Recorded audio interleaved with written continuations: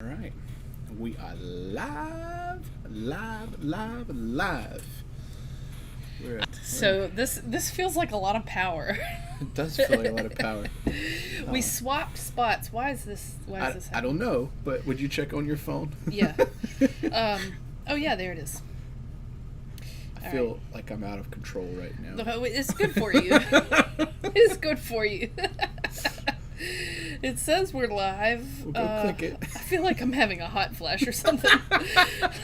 So hot. Can you see how hot my cheeks are? Oh, life. Yep, we're live. Perfect. It's working. Lord, life is lifing tonight. You know, I went to the grocery store tonight, and I don't feel like I've recovered. Where is my adult coloring book? Where is my... I need my adult coloring book. Of course I don't color. That is not my forte in life, to go to the grocery store. And I went tonight, and I feel like I haven't recovered since. I've been sweating. Life is lifing. Oh. Welcome to Talking Toast, everybody. You've got about a minute or two to grab a friend, grab a drink, but don't grab your friend's drink unless you're bringing them one. That's right. And we would love to know where you're viewing from. I usually share it. Well, it's just not going to share tonight. I'll share it. You can my deal child with it. has my phone. You can and deal my with wife it. has my computer, and I'm just sitting here twiddling my thumbs. Now you know how it feels to be in the passenger seat. I'm in the driver's seat tonight, people. You never know what you're going to get when I'm driving. Who knows? I am going to turn this down just a little bit. How's that? Now you can see that your shirt doesn't just say spread. Spread love. Just spread. Jam. It's from the Disciples Alliance. Alliance Q, I think it's called, or Disciples something or another. It's our anyway, Alliance so it's Tuesday night, and there's nothing else on television right now, at least for 30 minutes. So we might actually go a little short tonight because we understand that no one wants to compete with us for television viewers. Is there something else on TV tonight? Yes, there is. If you don't mind, somebody chat in with your thumbs or with your keyboard and let us know where you're viewing from tonight. We need to know. It is 8:28. We're getting started, and we sorry. So we had to switch spots as a way of delineating the child responsibilities, as has come up during Talking Toast during the last 2 weeks. We feel like we have Chat's working. We feel like we have an answer for all of the hurdles that we faced in the last couple of weeks with a later bedtime, and we'll see what tonight gives us, because life is lifing. And we'll start switching back and forth, trying to figure out so that we each get the opportunity to parent while we're doing Talking Toast. All right, so we have Marriottsville, Maryland, and we have Ellicott City. Oh man! All right, it looks like we've got some South Carolinians watching as well. Perfect. This is with good. The last name of Callaway. That's right. I know some Callaways in South Carolina. I don't know what's going on over Don't here. worry about that. Okay. Just ignore it. Okay, noted. Noted. I'm in the driver's seat, baby. I might get distracted. So tonight is Talking Toast. We do this every week, and what we do is we pull back the curtain on the creative process and what's coming up, like what's on our minds that's leading to what we'll say on Sundays. Sometimes that's a homily, sometimes that's a sermon, sometimes it is expounding nonsense upon a cartoon. Sometimes it's nonsense. And this week, we enter a sermon series. But Katie and I were having a really good conversation at lunch. I think it was at dinner about 10 minutes ago. We were eating dinner for sure. At dinner. I'm so sorry. We were sitting in the same spots that we sit in to eat know, lunch. but it's like... But it was definitely dinner. So we... I am off. We're talking, and we'll get to this, but I think it'd be really good for you to say what you said tonight at the dinner table about what you want Talkin' Toast to be, and what we envision Talkin' Toast being right off the bat. Yeah, so from the beginning, we have felt like Talkin' Toast is complementary. It complements what we do on Sundays. It prepares the way for what we do on Sundays. And I want it, and one of the things that we wanted to be really intentional about early on in the journey of Talkin' Toast, and continue to be intentional about, is helping Talkin' Toast be relevant to those for whom Sunday morning is not an option, for whatever reason. I got a text from a friend this weekend who basically said, look, I am, this person had kind of left organized religion and had some organized religion baggage to go with that, and understandably so, many of us are carrying that kind of baggage around, and they reached out to me to say, like, but I'm yearning for something, and I don't really know what, and I need some resources to kind of anchor me, or at least give me a sense of orientation in the world. Yeah. Where the church might have previously done that. And so, with that in mind, it's always good to have that sort of reminder, because one of the reasons we started Talkin' Toast was to provide commentary on life and wisdom that is that touches the depths, with a capital D, wisdom that touches the depths, that doesn't necessarily become exegetical like a sermon, where we're like digging into the specific tense of the Greek verb or whatever it may be, or relating it particularly to the church and the way the church enacts this wisdom. And so we want to be really clear that there's a place for everybody at Talkin' Toast, that we can glean wisdom from sacred texts of all types. Like last week we talked about different books that we're reading. Mm-hmm. We can glean wisdom from that. We can glean wisdom from our biblical narratives that we've been given. And then as we glean that wisdom, as we kind of mine for wisdom, then we can say, like, how do we embody this? And we can say that as individuals, but then we can also say it as a community that we call the church. Yeah. And just to add on just for a second, a lot of times whenever we talk about like homilies and lectionary, that all kind of sounds like a little bit churchy, and it sounds and it is. There are some things that are. What we hope with this broadcast is to be an outlet for someone who is wanting to be a part of something bigger, meaning a community. And this community is online. This community is some of it is right here around our town, but it's all over the place. It's in St. Simon's Island with Sonia. Anyway, so that's the idea with this, is for you to have something, to be a part of something bigger, because that's what we're hoping to do, is to continue just to open things. That's the hope, is just to keep on opening. Yeah, and, I've heard somebody, a very wise person, Ross Gay, say, he's a poetry professor of mine, say that life is about unfolding and unknowing. Yeah.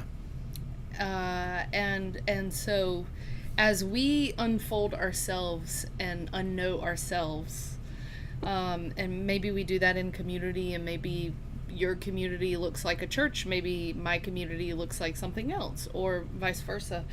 As we unfold and unknow ourselves, we learn a lot about ourselves, about God, about the eternal, about the earth, all of the things that are the kind of foundations of how we contrive of the world. And for me, that unknowing sometimes means holding things, figuring out how to hold things open. Yeah. And sometimes that unfolding to me is I've got something wrapped up here and I need to unfold to learn more about myself, and to find more of who I am. So that's the basis of Talking Toast. We just went on. That got deep real quick. Yeah. We were literally So- having dinner like 15 minutes ago. I know. And that's what came up. So anyway, I felt like that was important.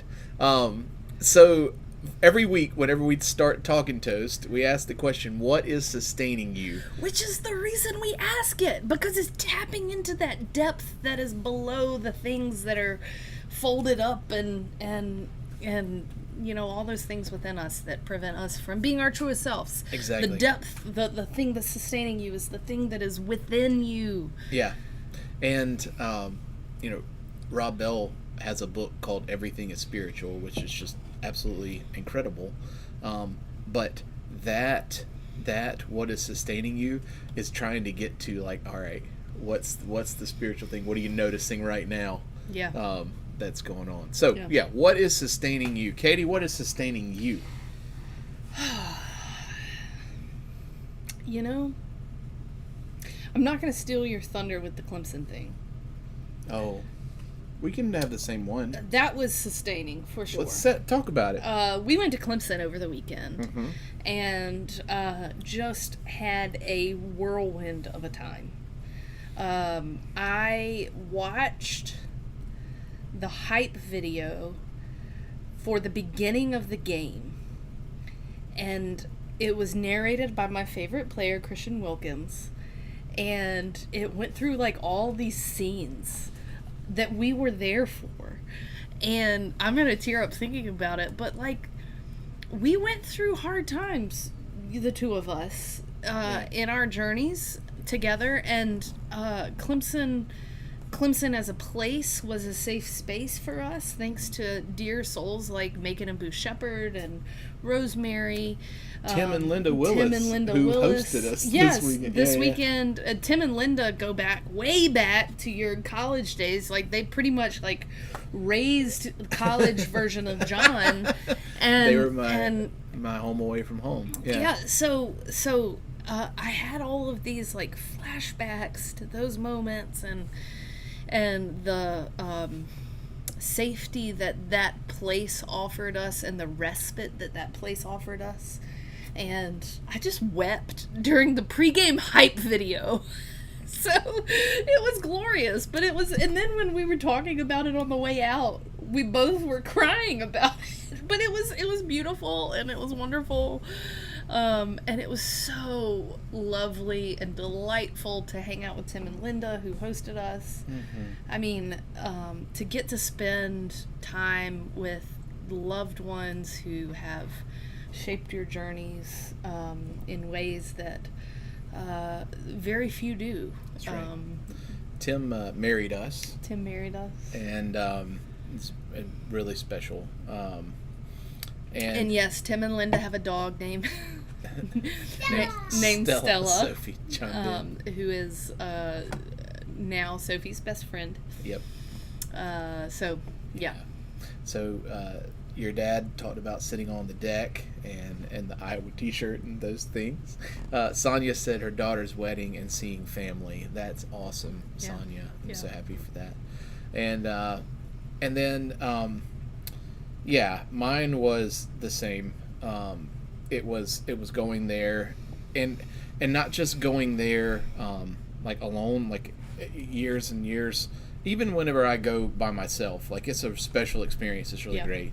But getting to take you and getting to witness Sophie's first game like that. Like Sophie's been to one other game at home. She was one.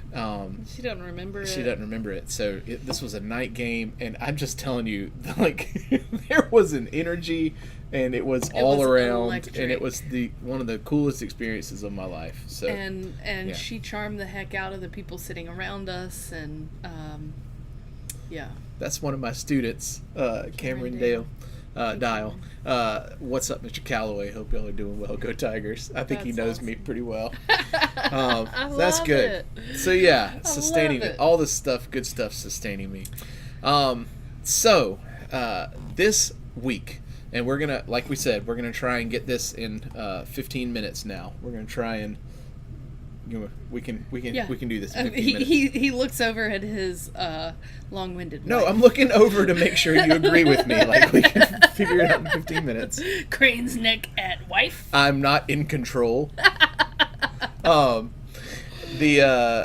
We are going to do a sermon series. Now, that sounds very churchy, and it is, but this sermon series is one that was birthed out of Talking Toast, on a conversation on Talking Toast. Yeah. It was. We're going to do a Bluey sermon series. And we have Jim Keat to thank for that.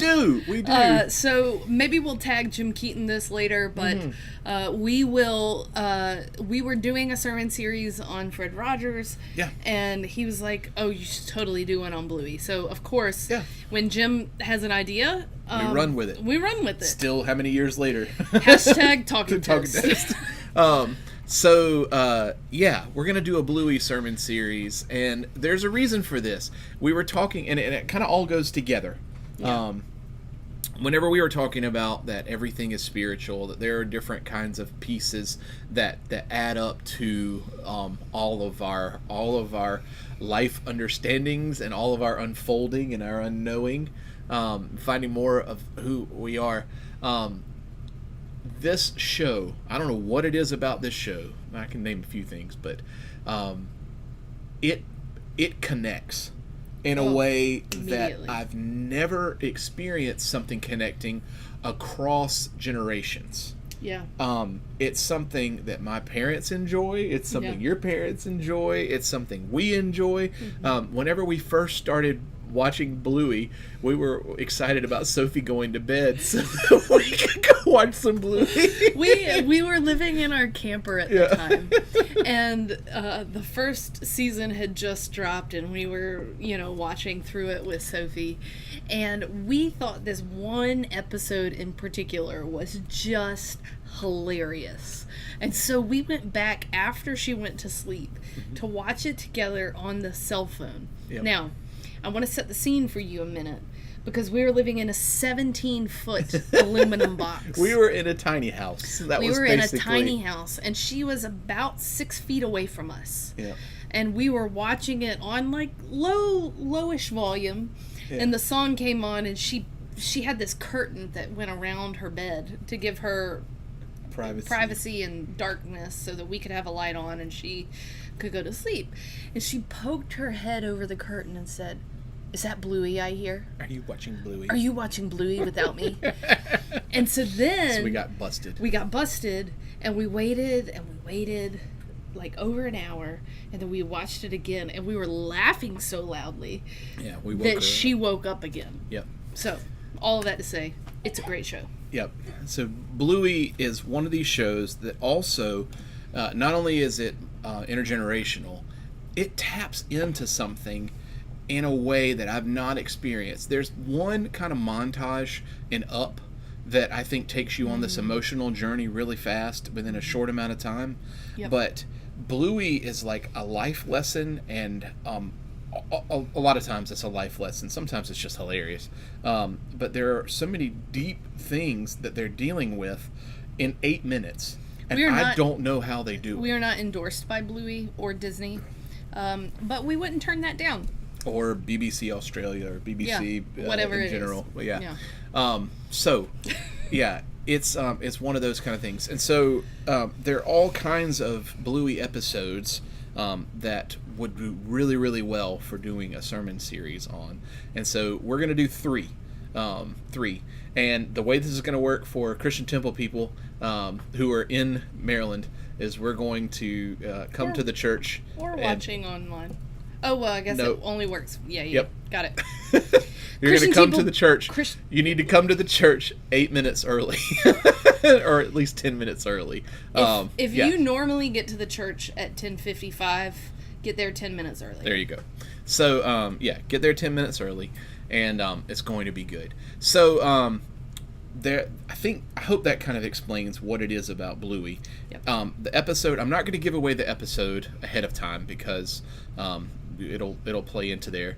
The sign episode is very sad for anyone who moved. Yeah, Ryan, you're right. The sign is a tough one. That's the 30-minute long episode, and it takes you on an emotional roller coaster. Man. But yeah, yes, we hear that. Yeah. I will say, pass along that my favorite episode is Hammer Barn. So if you need, you should have worn your Hammer Barn. I know. Shirt I thought about it. Episode 1, season 2. Season 2, episode 1 is what I'm trying to say. Hammer Barn. That's my favorite.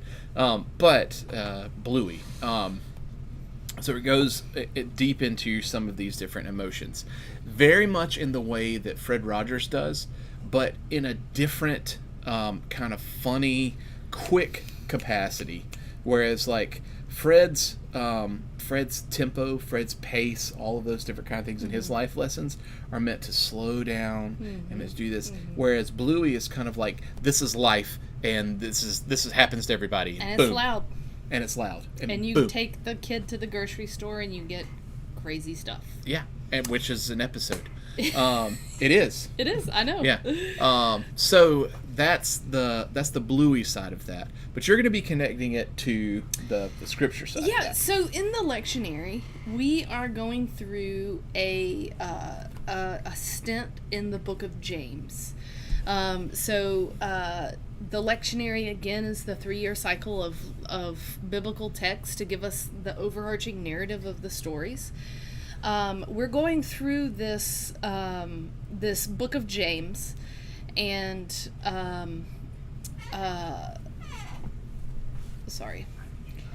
we're going through the book of James, and this particular week we are looking at James 3. Now, something to know about James is that Martin Luther, the great reformer, wanted James taken out of the Bible. And so with this, I think he wanted it out of the Bible because it talked about faith in every day. And Martin Luther was one of those people that was adamant about the fact that grace is the only thing alone that saves us. There's nothing we can do, no actions we can take in the world that make our faith stronger or anything, or justify us before God. It's only grace alone. It's only God's actions alone. All of that said, we get into the book of James and we get very practical reflections on what wisdom is and how to live out this life attuned to the depths. And so we get this really interesting scripture in the book of James in chapter 3 about the role of the tongue, and what the tongue does, its potential for great things, and its potential for danger. And the illustration that starts off this passage is that it's like a rudder. It's like a rudder. You have a driving small a boat. little piece that's taking the whole big ship. Yeah. Even the Titanic. Even the cruise ships from what's it called? What's the oh shoot. I was thinking about the big cruise ship, the biggest one. Oh well. Anyway, even the biggest cruise ships have a small rudder that steer it. Yeah. So it goes through, the text goes through this really interesting list of big things and small things. Norwegian Cruise Lines. Oh my God. Sorry. So the text goes through this really interesting list of big things being directed by small things to give you an image of the church, or sorry, of the human's relationship with the tongue. and really kind of language and our words and our actions. Which is ironic that we are doing this tonight on the night of the debate, when there are going to be probably some vile things coming from people's mouths, whether it be on stage or on Twitter or in the commentary universe of all that is our political world. There'll be some things said. But the basic premise is that our tongue could be a gift, and it could be very dangerous. The book of James compares it to a wild animal that cannot be tamed. That there are all these wild animals in the world, and the tongue is even wilder than the wildest animal because it can't be tamed. And so we're going to talk about that, and we're going to talk about the way that our words can be harmful and the way that our words can be a gift to people, and how important that is in this time, especially in this election cycle that we're in. I love it. And I'm going to take it a step further in my connection to James with the bluey side of that, is the words that we say to ourselves in that too. Yeah. So what's the message? The words we say to ourselves are often much worse than what we would say to a friend or another person. That's right. I have a person in my life who says, would you talk that way to your friend? The way that you're talking to yourself right now. Yep. So that's something to keep in mind, that our words, the words we say and the words we think are very, they're pivotal. They can make someone's day or break someone's day. So, that's what's coming up on Sunday. I feel like we've done a pretty good job. Did you say that Luther wanted to leave out James? I love James. I think it's fascinating.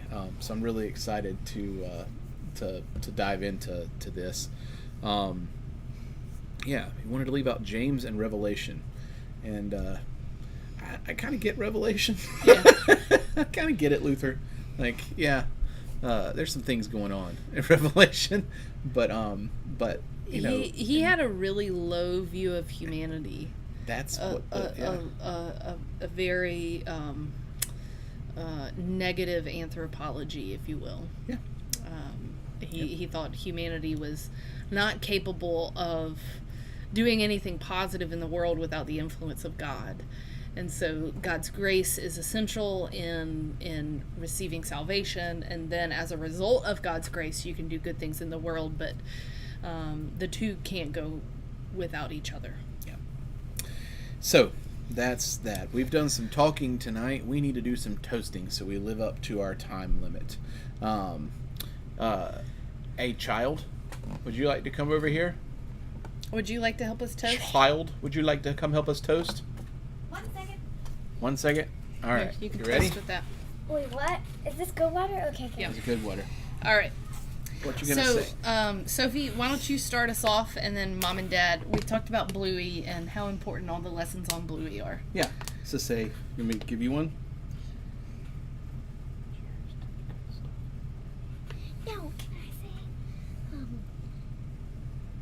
Keep the Bluey Bingo in the family. Perfect. Yeah.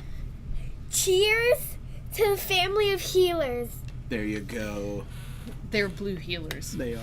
And as you go, may you remember that our words matter. Our words matter. The words you say to other people and the words you say to yourselves. Yes. And, sorry. And may you, may you go knowing that there are really good things all around you, and sometimes they come in little itty bitty packages. And you have to pay Tiny attention. little You have to packages pay attention that are to squirmy see- and loud to see and what all those kinds things of are. things. So cheers, friends. Cheers, y'all. Cheers, Sophie. Oh. Cheers. Cheers. And we'll see Cheers. you next week. Shout out to Judy from Dallas for another week of Deep Ellum IPA. Yes, and shout out to Tim and Linda Willis for Home Away from Home. And Stella. And Stella. Cheers, We'll y'all. talk to y'all soon, friends.